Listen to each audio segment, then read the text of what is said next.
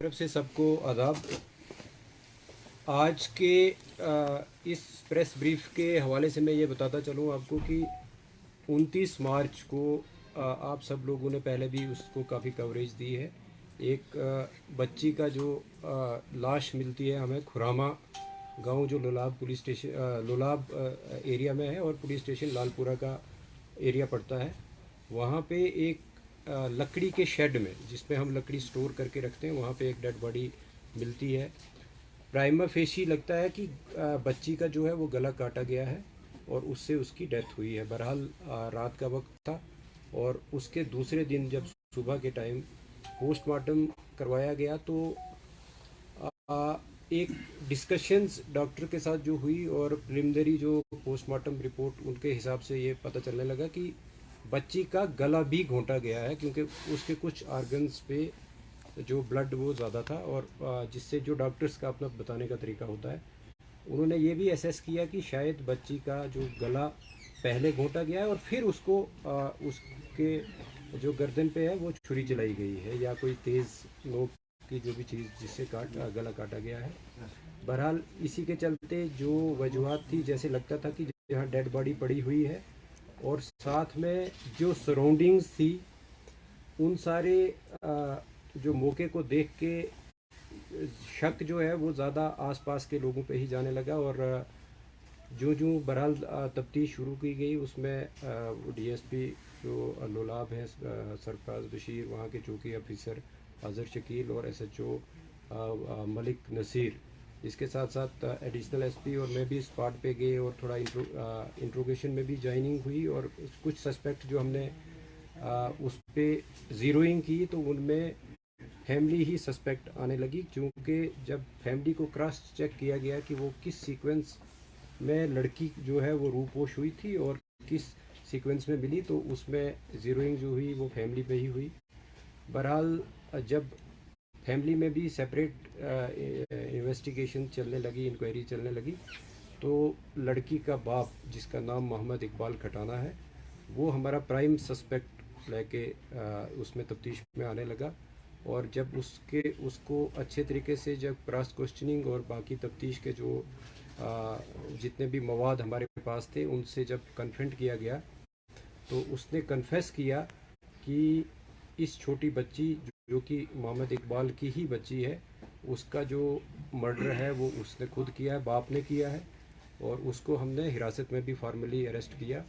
और ये कहानी निकल के आई कि चूँकि ये जो इकबाल जो है अपनी बीवी से पिछले 1 साल से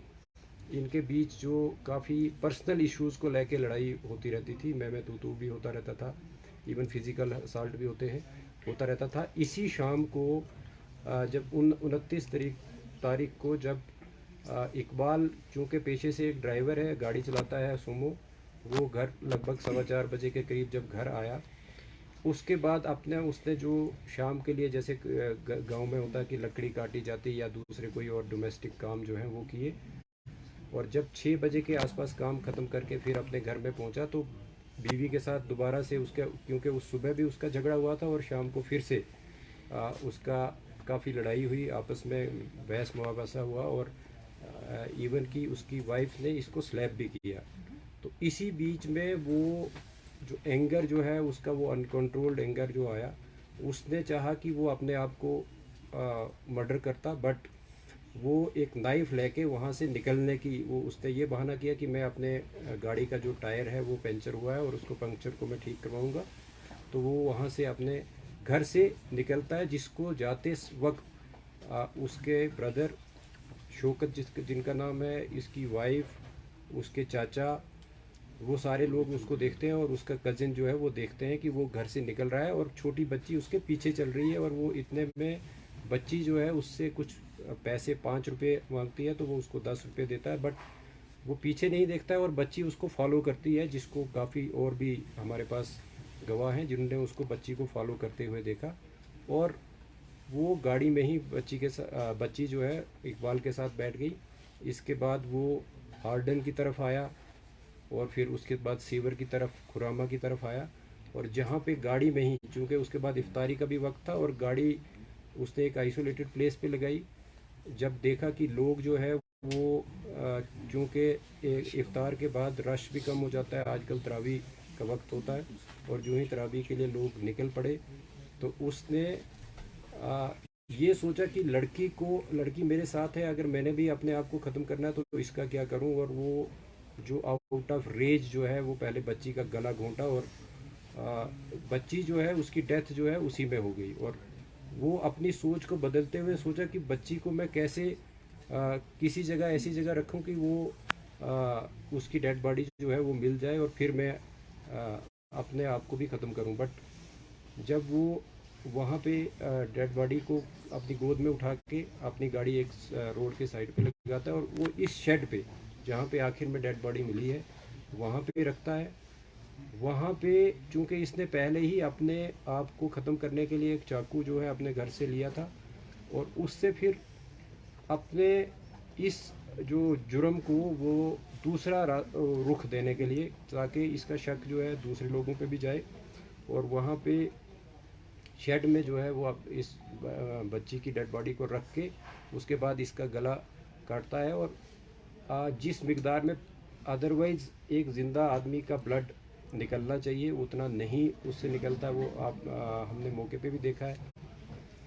उसके बाद ये चाकू को धो के और अपने पास रख के फिर जाके अपनी गाड़ी को लाके हिस्ब मामूल जहाँ पे ये गाड़ी को रखता था वहाँ पे ही गाड़ी को दोबारा पार्क करके जब घर जाता है,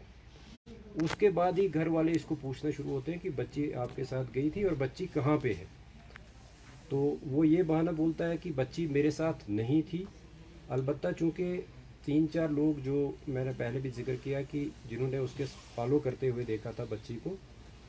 तो वो भी उसको कन्फ्रंट करते हैं, और इस बीच वो एक और बहाना बना के वो दूसरे उसमें उलझन में अपने आप को जो ख़त्म करने की कहानी को छोड़ के दूसरे उसमें रूप में आके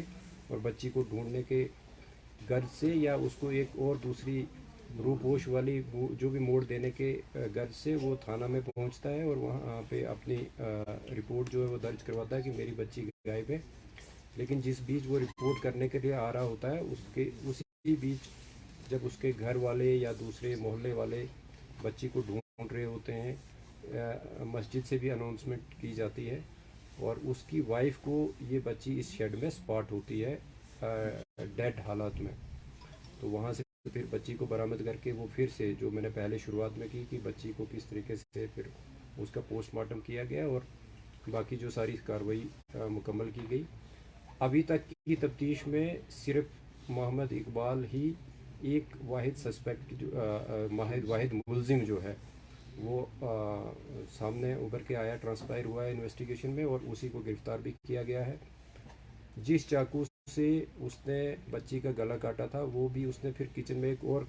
मखसूस जगह पे छुपा के रखा था, वो भी बरामद किया गया है। इसके साथ साथ उसके कपड़े जिन पे जो उसके कफ्स होते हैं कॉलर ये जो बाजू के, उनसे भी ब्लड जो स्टेन्स मिले हैं और उनको भी सीज़ किया गया है। और जहाँ जहाँ पे वो रुका है और जिस तरीके से हमने टेक्निकल जो एविडेंस को कलेक्ट किया है वो बिल्कुल कॉरोबरेट होता है कि वो कहाँ कहाँ गया था और किस किस कौन कौन सा उसका मूवमेंट पैटर्न रहा है, वो भी सारा इस्टेब्लिश हुआ है। बहरहाल जो तफ्तीश अभी तक हुई थी, और मुझे लगता है कि यहाँ तक ही हमारी तफ्तीश जो है, अब इसको सिर्फ जो बाकी लीगल प्रोसीजर्स हैं वो हमने पूरे करने हैं, और जो इकबाल है उसको गिरफ्तार किया गया है। सर इस साजिश में और कोई अरेस्ट हो सकता है, क्योंकि जिस तरह से डोमेस्टिक वायलेंस थी दो मियाँ बीवी के दरमियान? नहीं, देखिए मियाँ बीवी की लड़ाई जो है वो मुझे लगता है थोड़ी बहुत नोक झोंक बड़े लेवल की नोक झोंक हर जगह होती है। बहरहाल ये जुर्म जो है, क्योंकि मर्डर है तो मर्डर में या तो इंटेंशन आपकी देखी जाती है या नॉलेज देखा जाता है कि आप जो काम कर रहे हो क्या इससे किसी की डेथ हो सकती है या आपकी पहले से किसी को मारने की गर्ज हो। तो चूँकि इकबाल ने जब गला घोंटा है अपनी बेटी का, तो उसको तो ये ज़ाहिरी तौर पे मालूम था कि मैं गला घोंटूंगा इसकी डेथ होगी। तो अभी तक की तफ्तीश में सिर्फ एक ही जो एक्यूज़्ड है वो इमर्ज हुआ है, जिसका नाम इकबाल है, और जो कि उस बच्ची का जिसकी डेथ हुई थी उसका फादर है। डिटेन किए गए थे, क्या छोड़ा गया है सर? देखिए उस बारे में मैं ज़्यादा नहीं बता सकता कि ड्रग एडिक्ट था या नहीं था, बट चर्स वगैरह पीता हो तो उसका हम नहीं कह सकते हैं, बट जो सिंथेटिक ड्रग्स वगैरह के हवाले से टेस्ट भी करवाया गया है, उसमें कुछ नहीं ऐसा आया है। क्या सर पुलिस के पास इतने एडुकेट एविडेंसेस है कि इसको प्रोसिक्यूट करके कैफे किरदार तक पहुंचाया जा सकता है? बिल्कुल, जो भी एविडेंसेस हैं, चाहे वो सर्कमस्टेंशियल हैं या चाहे मटेरियल एविडेंसेस हैं, वो सफिशेंट हैं कि ये केस एक बहुत अच्छा केस बना है। और मुझे नहीं लगता कि उसको कोई इकबाल को इस केस से कोई राहत मिले। सर जिस तरह जितने से भी औरा डिटेन केस किए में गए आपने थे सर, फास्ट क्या ट्रैक उन बुनियाद सबको पे जो छोड़ा है वो गया? चालान किया था, क्या इस केस में भी उसी तरह से जो है अब प्रोसेस होगी? और क्या आपको लग रहा है ये केस उसके मुकाबले में थोड़ा बहुत आपको आसानी हुई इसको जो है वो ट्रेस आउट करने में? देखिए इस केस में आसानी ये थी कि यहाँ पे डेड बॉडी मौजूद थी और औरा वाले केस में डेड बॉडी नहीं थी, और उसमें ज़्यादा हमें और ज़्यादा मेहनत करनी पड़ी थी। इसमें बहरहाल डेड बॉडी क्योंकि मिलने से हालात और वाक़ात पता लगते हैं कि किस किस क्या क्या चीज़ें होती हैं, और वो तफ्तीश के कुछ बड़े छोटे छोटे पहलू होते हैं जिनको कनेक्ट करके तफ्तीश को मुकम्मल किया जाता सर चाकू का इस्तेमाल क्यों किया गया? अगर गला घोटकर मारा गया उसके बाद चाकू का इस्तेमाल, कहीं वो किसी और को फंसाना नहीं चाह रहा? है। देखिए मैंने आप जैसे बताया कि चाकू का इस्तेमाल इसलिए किया कि उसको जब उसने देखा कि बच्ची मर गई है और इसको मैं घर लेके यहाँ रखूँगा भी तो किस सूरत में, क्योंकि उनने देखा भी था उसको फॉलो करते। मैंने पहले आपको बताया कि मुजरिम जो है उसको भी अपना नॉलेज होता है कि मैंने क्या किया है और कैसे कैसे उसको जो भी अमली जामा पहनाया है, तो वो अपने आप को सेव करने के लिए और ताकि शक जो है बच्ची के मर्डर का, वो पड़ोसी चाहे उसका ब्रदर है उसके साथ भी उसके कोई ज़्यादा अच्छे रिलेशन नहीं थे या और उनके पड़ोसी थे उन पे जाए, ताकि वो उसकी जो है स्किन जो है वो सेव हो सके।